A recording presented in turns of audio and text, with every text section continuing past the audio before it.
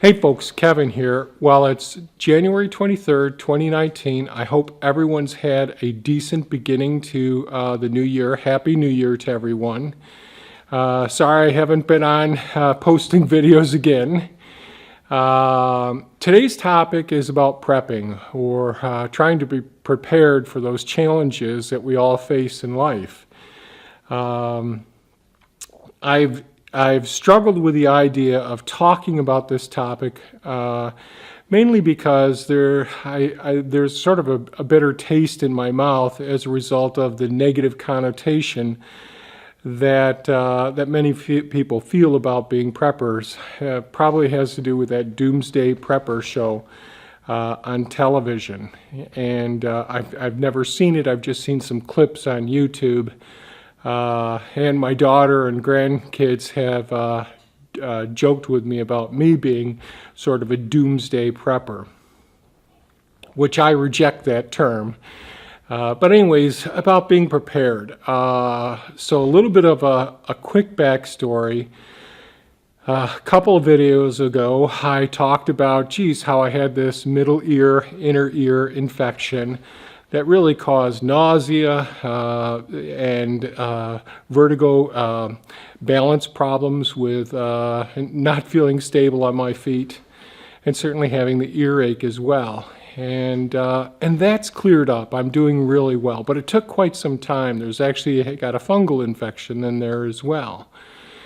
And then when I was on the road to recovery, Thea brought home influenza A, so we're both laid up for well over a week, and then a couple of weeks after getting through the fevers and all the aches and pains and all, and the respiratory issues, we had coughing going on and runny noses for a couple of weeks following that. So we're both doing pretty well at this point.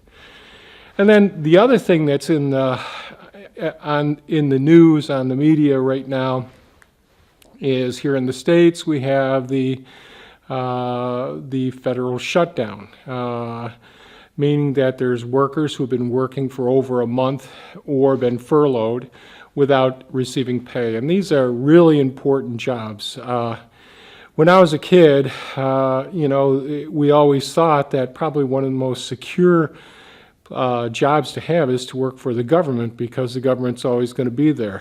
Investing in bonds, government bonds, you never had to worry about those things. Things have changed a lot over time. And I, as I've thought about our own illness with my ear and then with having the influenza, now certainly in our garage we have all those refrigerators and freezers. In the house we have a couple of pantry locations. We have another pantry in the garage as well, and then we have the root cellar where there's a backup pantry and other food stores there. And we have our wood stored in our wood shed for our wood burning stove for additional heat in our house, and we have the passive solar home, and we have a generator when the power goes out. So we're in really good shape compared to most people. So when I was laid up and feeling so terrible and right in the bed, as soon as I started feeling a bit better, I went out to the root cellar and restocked our pantries, our food storage in our refrigerators and freezers, and we didn't have to go to the grocery store for weeks. So we're really in great shape as a result of having lived through experiences not necessarily similar to this, but in the past having somewhat catastrophic events. And that's one of the things that I think that, from what I understand, most Americans can't really not go further into debt if they're missing a couple of paychecks. Even if you're getting paid every 2 weeks, you miss a month's worth of paychecks. Many people are using their credit cards in order to buy the necessities. More people this day and age are on medications, and they could go off their medications. People have student loans. People have car loans, they have their mortgage, they have their rent, they have the water bills, all of the things that there are. And this time of year, we have a tax bill that comes up as well that's due at the end of this month. So being prepared is so darn important. And I know when people look at all that we've done here, people would think, geez, there's no way I could ever achieve that amount. Now, we spent our whole entire lives getting ready for all sorts of different events. And most of the events, the severe weather events that we have, are related to what's most likely in our part of the country. Like today's the first day I'm coming back out in the workshop for a couple of days, other than to fire up the snowblower, the tractor and the snowblower over there to blow out snow, because we had a nice snowstorm up here in the Northeast, and we had Arctic temperatures below 0 Fahrenheit. I don't remember just how low they got, but the wind chills were, 20 degrees below Fahrenheit. So, I can reflect back to the times when we lived in a mobile home and our water pipes would freeze up, and I'd have to get out there with a hairdryer or the butane or propane torch and heat up the water pipes so that I could at least use the toilet. We had a time in 2003 where there was a severe ice storm that came through the area, and we were without power. And if you live in the country and you have on a well, you may be without water as well for close to 10 days. Maybe it was 10 days, I can't remember now. So in a sense, all of these events that have happened to us, or that I've seen that have happened to other people, really made me think about, our own resources, how we can be more resilient and able to bounce back from some of these not planned for events, but events that are going to happen. It's not uncommon for people to lose their job this day and age. It's not uncommon for factories to close down or to be replaced by some form of automation or robotics. Even if you work for the federal government, I can see that this is becoming more common, that workers are going to be required to work. And these are creating unsafe situations too.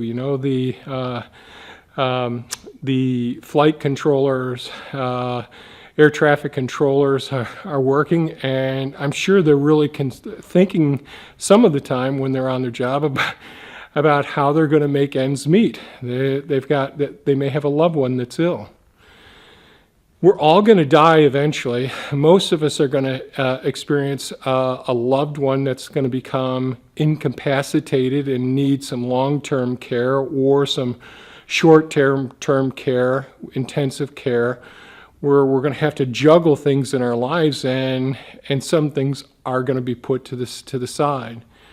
So one of the things I just wanted to mention were these are some thoughts I've had over the last couple of months. Take it for what it's worth. I just wanted to share these thoughts with you. It all starts with creating a plan, and you may start off with a 5-year plan. Say, geez, what would I like to do? Would I like to have an emergency fund of X number of dollars to be able to get me through 2 months of an unplanned event, and to be able to pay the deductible on the insurance, to have medications, all of our family's medications, be ready to be able to purchase those for the next month or 2 months, being able to have enough to pay the mortgage or the rent or the utilities, those sorts of things. And it means living, meeting your needs, but living below your means, and putting things away. And it can start off, a really good example for me as a child was my dad. He grew up during the Depression and went through World War II. And those were challenging times. And being around an elder during my developmental years, Dad would bring home crates from, he was a Boilermaker, so there'd be old crates that would come back, and back in those days they weren't the wire nails that we have now, but we'd spend our nights or weekends pulling nails out of the boards, straightening the nails, separating them. We'd go and pick up old blocks, whether they're bricks, and remove the mortar from the bricks. You'd say that we're cheap or trash pickers or whatever you want to call it. That's how we began, and I think that sometimes we have to step back and think about what are some of the ways that we can be resourceful, be mindful, and enhance our ability to be more resilient during challenging times. So I know I could talk for hours about these topics and all. And I've got to get to work in here, and I'll create a video soon showing where we're at with this wall. I've had limited time to work on it since the last video that I posted because of all the things that have been happening. But I just wanted to mention this topic, and if there's some folks out there that have watched this video and that's encouraged you to possibly start making some plans, thinking about the resources you have, the resources that you can search for to help you be more resilient when challenging times come, because that's part of life. We're going to have some real challenges in our life. And the more of the smaller challenges you have along the way, or you can learn from other people's experiences, the better off, so that you can be prepared in the future as well. I don't think you have to go crazy like some of the TV shows or the things I've heard about all of the catastrophic events and hordes of zombies coming after you. But starting off, just trying to be more capable of dealing with being a month or 2 or 3 months without an income, being prepared to grow your own food, to store your own food, or to stockpile food, stockpile water, all of those sorts of things. So that's it for today's video. If you have any comments or questions, please leave them below. I'm sorry I haven't done an Ask Me Anything recently. I hope to soon. Things have just, excuse me, been a bit crazy here.